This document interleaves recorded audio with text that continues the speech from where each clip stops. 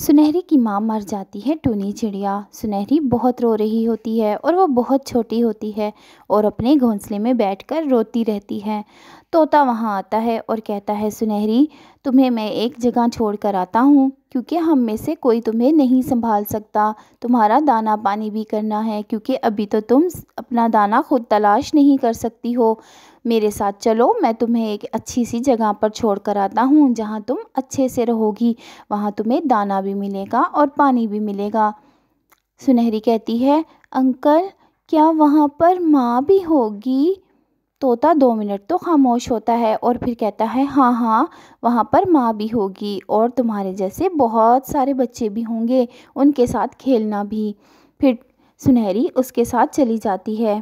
طوطا اس کو یتیم خانے میں لے کر آتا ہے اور اس کے ایڈمن سے بات کرتا ہے کہ اس بچی کو رکھ لو۔ وہ کہتا ہے آپ اس کے کیا لگتے ہو؟ طوطا کہتا ہے میں اس کا پڑوسی ہوں، اس کا کوئی بھی نہیں ہے۔ پھر وہ ایڈمن سارے کاغذات پہ دستخط کر کے طوطے کو دے دیتا ہے اور سنہری کو اپنے یتیم خانے میں داخل کر لیتا ہے۔ سنہری کو کچھ بھی سمجھ نہیں آ رہی تھی لیکن وہ طوطے کے کہنے پر چلی آئی تھی۔ پھر وہاں پر بہت سارے اسی طرح کے بچے تھے۔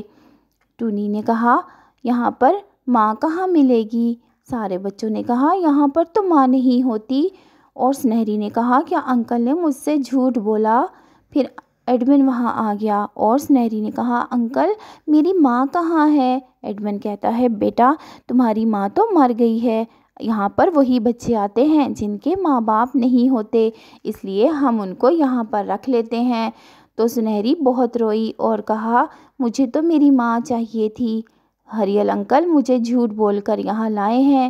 ایڈمن کہتا ہے بس اب خاموش ہو جاؤ، دیکھو تمہارے جیسے دوسرے بچے بھی یہاں پر ہیں۔ وہ بچے بھی خاموشی سے سنہری کا منہ دیکھ رہے تھے اور ایڈمن ان کو سمجھا رہا تھا۔ اور پھر دوسری طرف گوری کوی اور کالو کوا باتیں کر رہے تھے، ان کی ابھی تک کوئی اولاد نہیں ہوئی تھی۔ گوری نے کہا کالو جی میں سوچ رہی ہوں کیوں نہ ہم کسی کا بچہ لے لیں، اور کالو کہتا ہے گوری کیا تم پال لو گی کسی کا بچہ؟ گوری کہتی ہے ہاں ہاں کیوں نہیں، میرا دل کرتا ہے ہماری بھی کوئی اولاد ہو، اس لیے ہم کہیں چلتے ہیں اور بچہ لے لیتے ہیں گود پیارا سا۔ کالو کہتا ہے ٹھیک ہے گوری، اور پھر وہ اس کو لے کر یتیم خانے آ جاتی ہے اور ایڈمن سنہری سے ان کو ملا دیتا ہے۔ اتنی پیاری سی سنہری کالو اور گوری دونوں کو بہت اچھی لگتی ہے۔ وہ سارے سائن کر کے اور ساری کارروائی مکمل کر کے سنہری کو اپنے ساتھ لے جاتے ہیں۔ سنہری بہت زیادہ خوش ہوتی ہے کیونکہ انکل کہتے ہیں کہ یہ تمہاری ماں ہے، اور سنہری بھی اپنی ماں کو کالو کوی کو اپنی ماں ہی سمجھتی ہے۔ گوری کہتی ہے بیٹا ادھر میرے پاس آؤ، میں تمہاری ماں ہوں، اور سنہری کو اور کیا چاہیے تھا، اس کو اپنی ماں ہی اچھی لگتی تھی۔ کالو کہتا ہے ہمارے گھر دانا بھی بہت ہے اور کھانا بھی، اور پھر وہ لے کر وہاں آ جاتے ہیں سنہری کو۔ گوری پہلے تو بہت خوشی خوشی اس کو سنبھالتی ہے، اس کو نہلا دھلا کر تیار کرتی ہے اور اچھے اچھے کھانے کھلاتی ہے۔ سنہری بہت خوش ہوتی ہے اور گوری کہتی ہے کھاؤ کھاؤ میری بیٹی، میری پیاری بیٹی، اور سنہری کہتی ہے مما کیا آپ ہمیشہ مجھ سے ایسے ہی پیار کریں گی؟ اور گوری کہتی ہے ہاں نا کیوں نہیں کروں گی پیار، تم میری اتنی پیاری بیٹی جو ہو۔ اور پھر سنہری بہت خوش ہوتی ہے کیونکہ گوری واقعی میں اس کا بہت خیال رکھتی ہے۔ اور پھر کچھ دنوں کے بعد گوری کو ایک انڈا ہوتا ہے۔ گوری تو حیران ہی ہو جاتی ہے، جب کالو آتا ہے تو گوری کہتی ہے کالو جی دیکھو میں نے انڈا دے دیا ہے۔ کالو خاموش ہو جاتا ہے۔ گوری کہتی ہے کیا ہوا، تمہیں خوشی نہیں ہوئی؟ کالو کہتا ہے تم نے بہت جلدی کی اس سنہری کو لانے کی، ہمارا اپنا انڈا ہو تو گیا، اب کیا کرو گی؟ تو گوری کہتی ہے سوچ لیا ہے میں نے، بس اس سنہری کو نہیں بتانا، اس کو نکالیں گے نہیں، ہمارے بچے کی نوکر بن کے رہے گی۔ اور کالو کہتا ہے واقعی تم نے تو بڑی اچھی بات سوچی۔ پھر سنہری وہاں آتی ہے اور کہتی ہے مما مجھے بھوک لگی ہے، مجھے کھانا دو۔ گوری کہتی ہے بس بیٹی ابھی کھانا نہیں ہے، اب تمہیں کھانا کم دیا کروں گی کیونکہ تمہارا بہن بھائی جو آنے والا ہے اس کے لیے بھی تو کھانا جمع کرنا ہے۔ سنہری بالکل خاموش ہو کر خوش ہو جاتی ہے اور کہتی ہے ٹھیک ہے مما میرا کھانا میرے بھائی کو دے دیا کرنا۔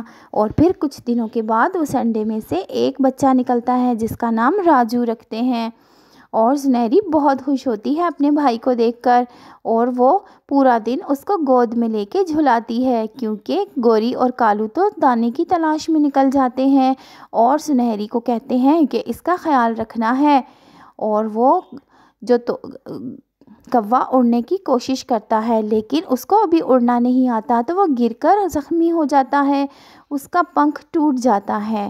سنہری بہت پریشان ہوتی ہے۔ گوری اور کالو آتے ہیں تو دیکھتے ہیں کہ ان کے بیٹے راجو کا پنکھ ٹوٹ گیا، اور پھر وہ کہتی ہے کہ یہ پنکھ تم نے اس کو گرا کر توڑا ہے، اور سنہری کہتی ہے نہیں مما، یہ تو خود اڑ رہا تھا، لیکن گوری اس کو ڈنڈوں سے بہت مارتی ہے اور کہتی ہے اتنے عرصے تمہیں یہاں رکھا اور ہمارے بچے کو زخمی کر دیا، دفع ہو جاؤ یہاں سے۔ اور سنہری کو تب پتہ چلتا ہے کہ وہ تو ان کے بیٹے کی نوکرانی ہے، اپنی بیٹی تو نہیں سمجھتے۔